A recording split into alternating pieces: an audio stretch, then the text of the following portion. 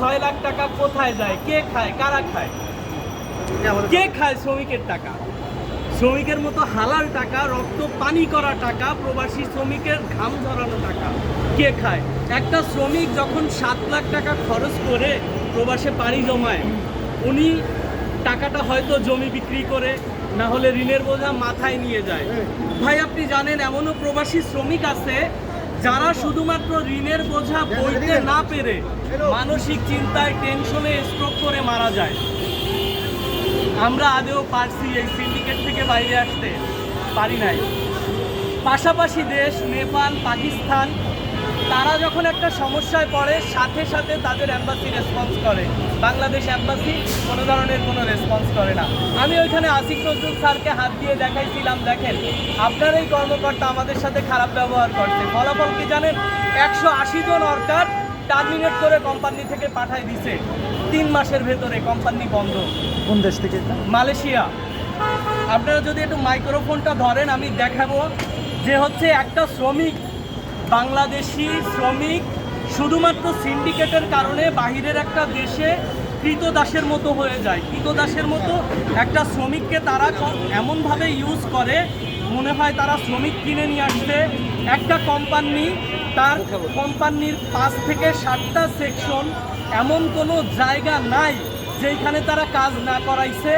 গাড়ির ড্রাইভারি, ক্লিনারি, র ম্যাট থেকে শুরু করে প্রত্যেকটা ডিপার্টমেন্টে কোম্পানি এই বাংলাদেশি শ্রমিকদের ইউজ করে কাজ করায়। কেন?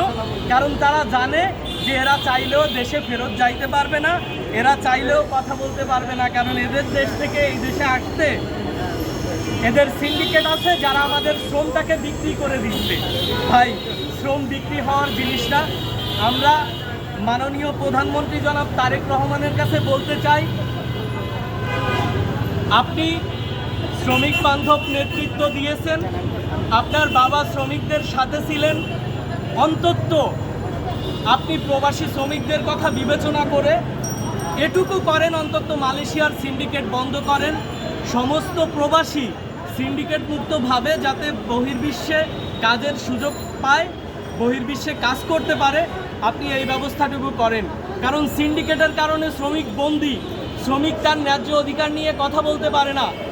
যেখানে গভর্নমেন্ট নির্ধারিত ফির 10 গুণ টাকা বেশি দিয়ে একটা শ্রমিক বাহিরে পাড়ি জমায়, তখন তার এই ঋণের বোঝা বইতে বইতে 2 বছর 3 বছর চলে যায়। আমাদের কোম্পানির 3 বছরের চুক্তি ছিল, 2 বছর পরে কোম্পানি দেশে পাঠায় দিছে। আমাদের যে এজেন্সি মালয়েশিয়াতে কর্মসংস্থানের জন্য পাঠাইছিল, এটার নাম হচ্ছে গ্রিনল্যান্ড। 3 বছরের কন্ট্রাক্টে 6 লক্ষ টাকা খরচ করে আমি মালয়েশিয়া গেলাম, 2 বছর পর আমার কোম্পানি আমাকে দেশে পাঠাই দিল। এজেন্সির কি কোনো দায়বদ্ধতা ছিল না? এখানে এজেন্সির কি খোঁজ নেওয়ার দরকার ছিল না? আমি সবশেষে একটা কথা বলতে চাই, আমাদের শ্রমবাজার সিন্ডিকেট মুক্ত করা হোক। আমরা সরকার নির্ধারিত ফিয়ে বহির্বিশ্বে কাজের জন্য যেতে চাই। বাংলাদেশি শ্রমিকদের বাহিরে ব্যাপক চাহিদা, ওনারা বাংলাদেশি শ্রমিক পছন্দ করে, বাংলাদেশের মানুষ পছন্দ করে। আমাদের সিন্ডিকেট মুক্তভাবে সরকার নির্ধারিত ফিতে বাইরে যাওয়ার সুযোগ করে দেওয়া হোক কাজের জন্য। আমরা এই সিন্ডিকেটের বেড়াজাল থেকে বেরিয়ে আসতে চাই। আমাদের টাকা কে খায়? 7 গুণ 8 গুণ বেশি টাকা নিয়ে কে খায়? যদি প্রশ্ন জানতে চান, এটা কি স্পষ্ট না?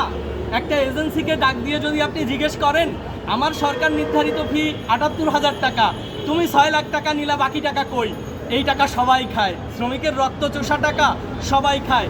এটা মন্ত্রণালয় থেকে শুরু করে এমপি, মন্ত্রী, সংশ্লিষ্ট যারা আছে সবাই খায়, কারোই অজানা না।